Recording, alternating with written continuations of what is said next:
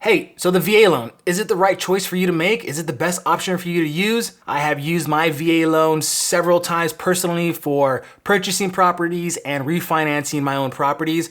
I have helped countless military active duty and veterans use their VA loan, and I'm pretty good at navigating the VA process. I've seen several of the obstacles that come with the VA and how to overcome them. And in today's video, I want to share with you what I think are some of the pros and some of the cons of using the VA loan.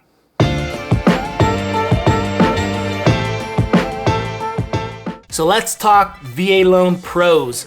I think the biggest one is the zero down payment that you need to purchase a property. Now that's huge because that's one of the biggest factors that prevent first-time homebuyers from getting into the real estate market. So if you're in a city like San Diego where the average home price is almost $1 million, you don't have to save up to get into a property. It's a great benefit. I think it's a huge pro for the VA, and it's something that you should take advantage of. So the second biggest pro that I see from the VA loan is private mortgage insurance and the fact that you don't have to pay it. So private mortgage insurance is what the banks make you pay for in case you default on the loan. So the bank's protecting their investment, but because VA loans have one of the lowest defaults out there, they don't make you pay PMI, which is saving you and your family hundreds of dollars a month, which is great because homes are expensive. So save as much as you can, right? Now, one of the pros that I think is clutch as well that a lot of people don't talk about is the higher debt to income ratio that the VA allows. So they're pretty much saying, how much money do you make a month? How much in debts do you have a month? They do the calculation and you should have about 41% or lower debt to income. So that's the highest ratio out there. And the VA also lets you play with those ratios. You can go up to about 55% if you're a super qualified buyer, which is tremendous to buyers because it makes them get qualified for a higher loan if they want to purchase a property that's a higher price. So you can't beat that. They're giving you more money. Your money's going farther. So higher DTI is a great pro to the VA loan. So lastly, what do I think is a good benefit pro to the VA loan is interest rates. Banks give better interest rates to VA buyers, better than FHA, better than conventional, which is saving you hundreds of dollars a month again. So if you take into factor all the benefits that are coming from these 4 pros that I mentioned, zero down payment, no PMI, higher debt to income ratio, lower interest rate, you're really getting your bang for your buck when you use the VA loan.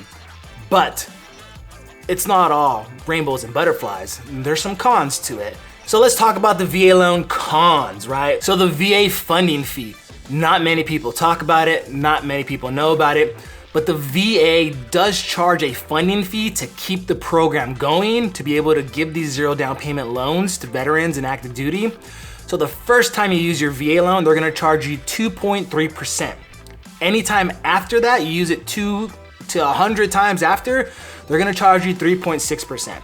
So if you're in San Diego County and you're buying a property that's $750,000, you're looking at an extra $17,000 and some change on top of your loan or paying out of pocket. If that's your second time at $750,000, you're looking at about $27,000 out of pocket or put it onto the back end of your loan. So there's ways around that.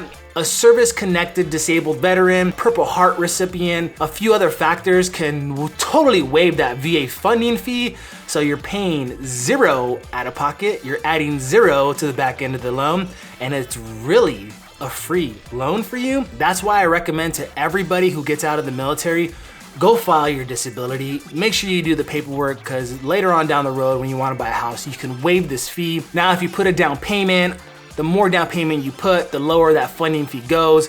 However, we're trying to avoid using money, right? We're trying to get the money for free, use this entitlement because we served our country, we did our time, and we deserve these benefits. Don't ever forget that.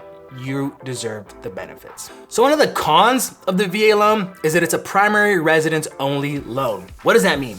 That means the property you buy, you have to live in for a specific amount of time. That's not a downside if that's your goal, to just live in the house, which by all means, that's cool too. But if you're looking to leverage your VA loan and become an investor with it, it kind of puts you in a corner, right? But there's a loophole or a workaround if you buy a 2 to 4 unit, which is still considered residential real estate. So you can live in one unit, rent out the other 3, meet the primary residence criteria, and also become a landlord and start building your generational wealth, start building your real estate portfolio. After you've stayed in the house for so many years, you can refinance that into a conventional loan, rent out all the units, and go use your VA entitlement to buy another property, quadplex, single family, whatever you want, just to keep using these benefits and get in the game without money.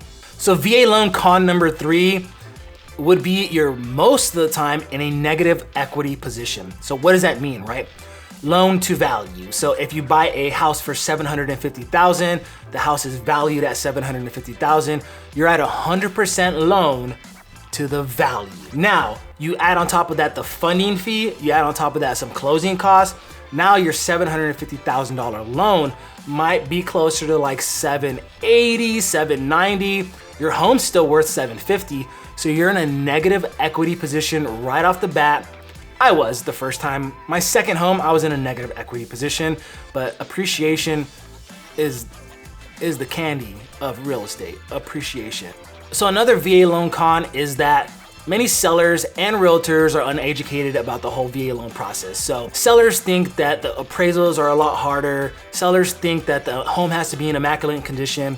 Sellers think that they have to pay buyers' closing costs. And it's just not the case. That's why it's super important to work with a realtor who understands the ins and outs of the VA loan process, because they're gonna be able to guide buyers and sellers in the right direction to maximize their gains and get the best possible deal. They don't have to pay buyers' closing costs. That's a total myth. There's some non-allowable costs that the buyers can't pay that the sellers might have to take on, but it's nothing like the closing costs that are associated with purchasing a property. The appraisals are, the same appraiser comes in and does it. The property has to be in good condition, just like with any other home, unless you're buying a conventional or a cash. Sometimes they think they take longer to get done, which just isn't the case. Appraisals are getting done in record time nowadays because of the way deals are structured now with short escrows. Appraisals are usually on time. I haven't had any issues with VA appraisals, and I just don't see any coming. There's a lot of negative myths and misunderstandings that just aren't true, and hopefully we can get rid of those so that VA buyers can really use their VA loan without having to be like segregated, pretty much. So what does this mean? The VA loan's a great entitlement that our active duty members, our veterans have earned, and is something that they should use. There's a lot more pros than there are cons, I feel like, with the VA loan. So if you're a veteran, you're looking to get into the market, you're looking to start real estate investing, this might be a way for you to get in, get your foot in the door, start making some equity, start being a landlord, and just outright change your life. If you found value in this video, a like, comment, or a subscribe would really do wonders for me. If you disagree with anything I said in this video, drop a comment below. I love to have discussions. I'm super open. We can talk about anything real estate related. We can talk about anything, really. I'm open to it. So thank you so much for watching this video. Check out any of these videos coming around here, and have a good one.